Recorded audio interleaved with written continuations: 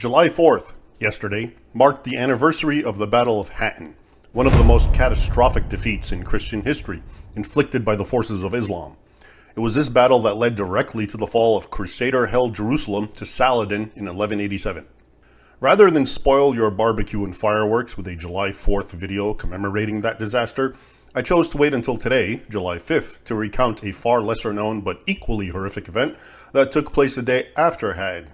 It's especially relevant as it centers on the very subjects of my latest book, The Two Swords of Christ, the Knights of the Temple and Hospital. I speak, of course, of the ritual beheading of these warrior monks of Christendom. Unlike the average captured crusader, these knights were denied ransom.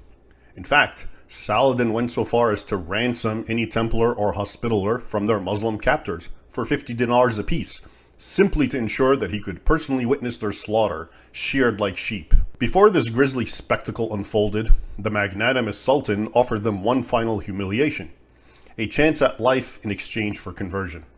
Any knight willing to utter the words, the Shahada, or Islamic profession of faith, would be spared and welcomed into the Ummah as a brother.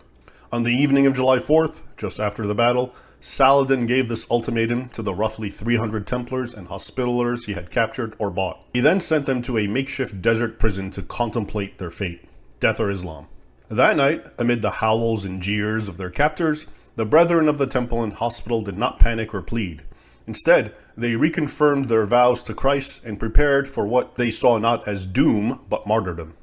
As the contemporary Itinerarium Peregrinorum records, quote, "A certain Templar named Nicholas had been so successful in persuading the rest to undergo death willingly that the others struggled to go in front of him, and he only just succeeded in obtaining the glory of martyrdom first, which was an honor he very much strove for."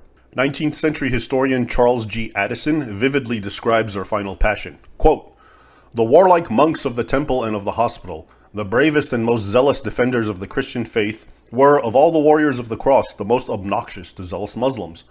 Accordingly, on the Christian Sabbath, at the hour of sunset, the Muslims were drawn up in battle array, and at the sound of the holy trumpet, all the captive knights were led to the eminence above Tiberias, in full view of the lake of Gennesareth. There, as the last rays of the sun were fading from the mountaintops, they were called upon to deny him who had been crucified.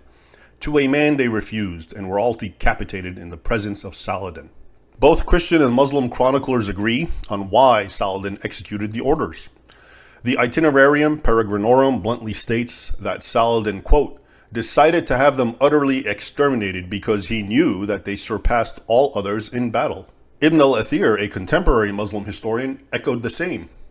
He wrote, quote, "These two groups were especially selected for execution because they had the greatest valor of all the Franks.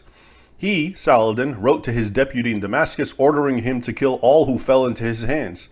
It was Saladin's custom to execute the Templars and Hospitallers because of their fierce enmity towards the Muslims and their great courage." The eyewitness, Imad al-Din, Saladin's own court official, records the most detailed account. After the battle, he heard Saladin declare, quote, "I will purify the earth of these two filthy races, for they will certainly not desist from aggression, and they will not serve in capacity." So Saladin, he continues, quote, "ordered that they should be beheaded, choosing to have them dead rather than in prison. Many of the Sultan's men, especially the expounders of Sharia law, begged to be allowed to kill one of them.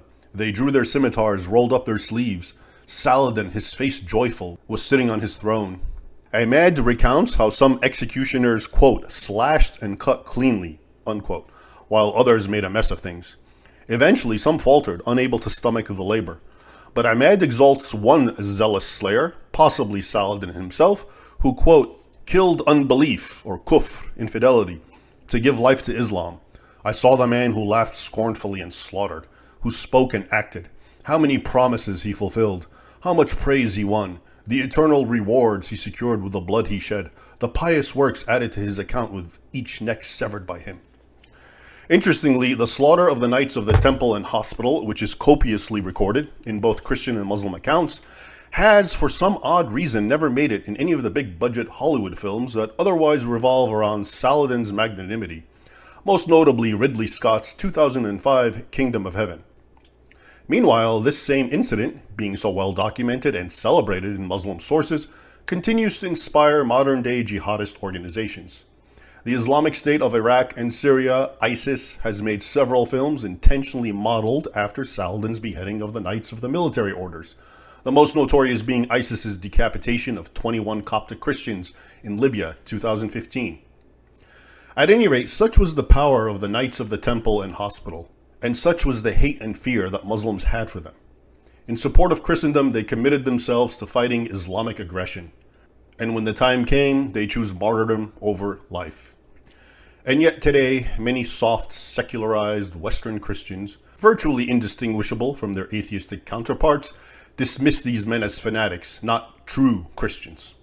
To learn more about these forgotten defenders of the faith, check out my new book, The Two Swords of Christ, 5 Centuries of War Between Islam and the Warrior Monks of Christendom.